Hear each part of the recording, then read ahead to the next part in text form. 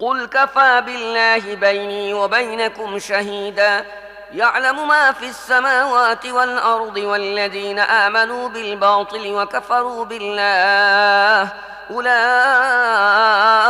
هم الخاسرون ويستعجلونك بالعذاب ولولا أجل مسمى لجاءهم العذاب وليأتينهم بغتة وهم لا يشعرون يستعجلونك بالعذاب وإن جهنم لمحيطة بالكافرين يوم يغشاهم العذاب من فوقهم ومن تحت أرجلهم ويقول ذوقوا ما كنتم تعملون হে নবী, বলো, আমারও তোমাদের মধ্যে সাক্ষ্যের জন্য আল্লাহই যথেষ্ট।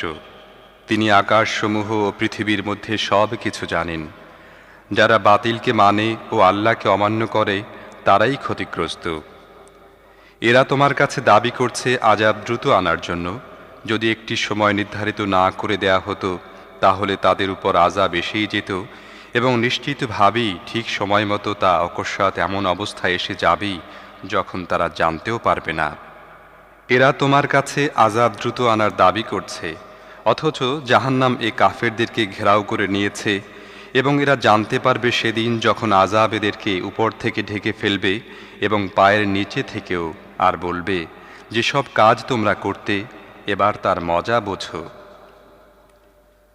يا عبادي الذين آمنوا إن أرضي واسعة فإياي فاعبدون كل نفس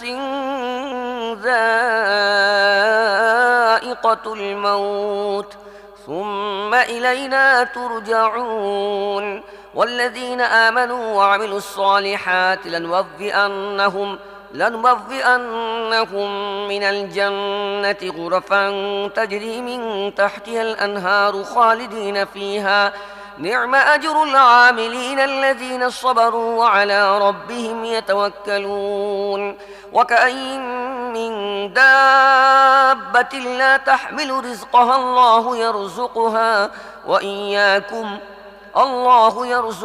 وإياكم وهو السميع العليم হে আমার বান্দারা, যারা ঈমান এনেছ, আমার জমিন প্রশস্ত, কাজেই তোমরা আমারই বন্দেগী করো। প্রত্যেক জীবকেই মৃত্যুর স্বাদ পেতে হবে, তারপর তোমাদের সবাইকে আমার দিকে ফিরিয়ে আনা হবে। যারা ঈমান এনেছে এবং যারা সৎ কাজ করেছে তাদেরকে আমি জান্নাতের উঁচু ও উন্নত ইমারতের মধ্যে রাখব, যেগুলোর নিচ দিয়ে নদী বয়ে যেতে থাকবে। সেখানে তারা থাকবে চিরকাল।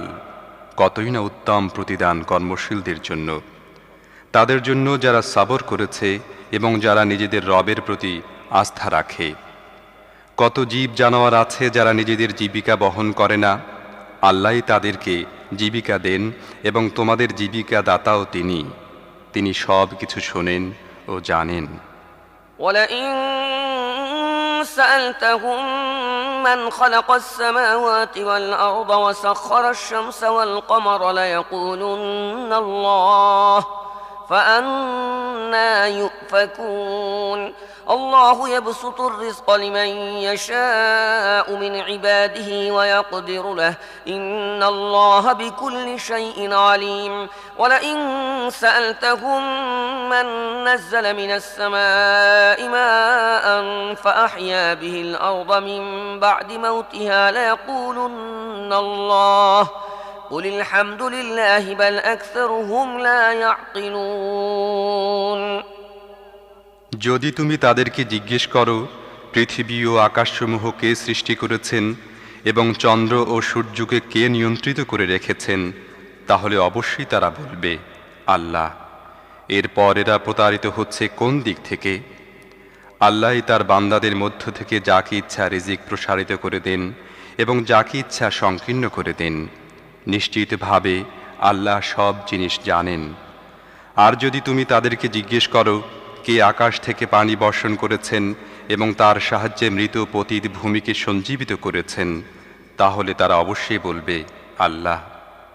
বলো, সমস্ত প্রশংসা আল্লাহর জন্য, কিন্তু অধিকাংশ লোক বোঝে না।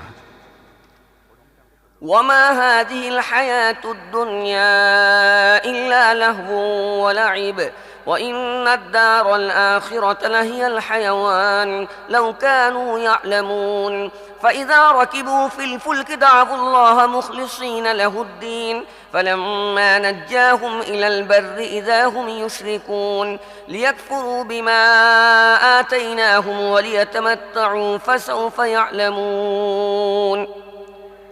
আর এ দুনিয়ার জীবন একটি খেলা ও মন ভোলানোর সামগ্রী ছাড়া আর কিছুই নয়।